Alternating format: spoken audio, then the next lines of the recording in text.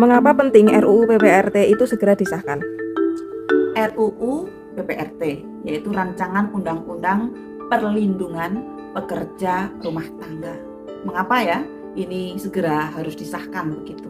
Jadi begini nih, ini kan habis lebaran ya teman-teman sekalian. Ayo, siapa yang PRT-nya tidak kembali? Repot kan gitu ya, repot gitu ya. Karena itu kita semua penting tuh mendorong agar rancangan undang-undang perlindungan pekerja rumah tangga itu segera disahkan.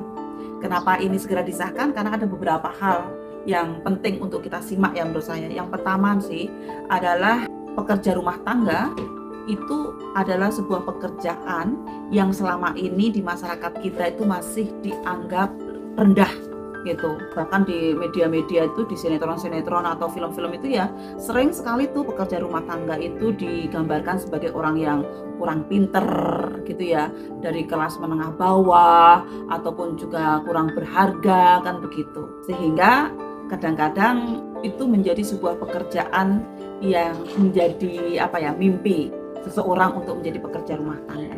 Tapi sebelum jauh ke sana, penting bagi kita untuk penggunaan diksi dulu. Di antara kita, saya yakin masih banyak menggunakan istilah pembantu, bukan pekerja. Karena itu saya mengajak, marilah kita biasakan untuk menyebutnya sebagai pekerja, bukan pembantu. Kenapa? Karena pekerja ini artinya dia berarti sama dengan pekerja-pekerja yang lain ya. Dia punya hak atas gaji yang layak, dia punya hak akan perlindungan, dia punya hak untuk jaminan sosial, jaminan kesehatan, dan juga punya hak untuk mendapatkan penilaian sebagai manusia yang bermartabat. Karena sebenarnya antara pemberi kerja dan pekerja ya itu kan hanya persoalan beda peran. Tapi keduanya sama-sama manusia bermartabat. Karena di dalam banyak kasus ya, dalam banyak data disebutkan pekerja rumah tangga itu kebanyakan perempuan.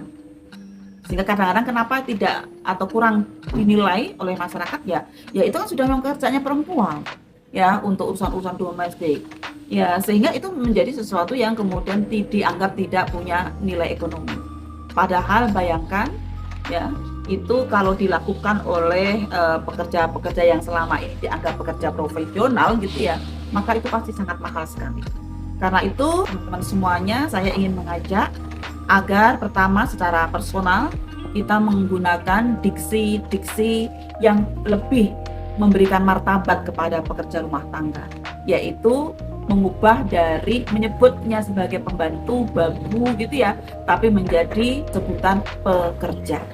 Nah, yang kedua, sambil menunggu disahkannya RUU PPRT ini ya, bagi kita yang mempunyai pekerja rumah tangga, maka penting kita tetap menerapkan prinsip-prinsip bahwa dia adalah mitra kerja kita. Bukan kemudian merendahkan ya, bahwa seolah-olah dia hanya sebagai pelengkap dalam pekerjaan rumah tangga. Tapi kita perlakukan sebagai pekerja dalam rumah tangga yang memang profesional dan juga kita hargai kemanusiaannya dan kita penuhi hak-haknya. Saya juga punya PRT di rumah dan setiap lebaran selalu punya gaji ke-13 gitu ya, dan saya mencoba untuk tidak mendolimi. Misalnya kalau memang sehari kerjanya 3 jam ya kita hitung ya kira-kira berapa itu dia punya hak untuk mendapatkan gaji itu. Dan juga kita berikan keleluasaan untuk meminta izin ya dengan keperluan-keperluan yang ada.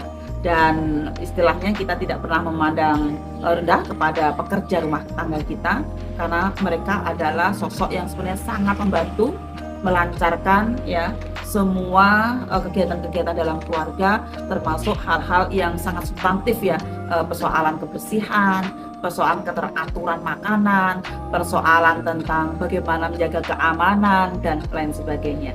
Karena itu marilah kita dorong agar DPR RI segera mengesahkan rancangan undang-undang perlindungan pekerja rumah tangga, karena ini perjuangan yang sudah sangat lama sekali ya, sudah 22 tahun ya.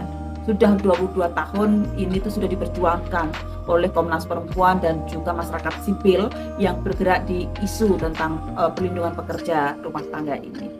Kita doakan semoga segera disahkan RUU PPRT ini. Terima kasih.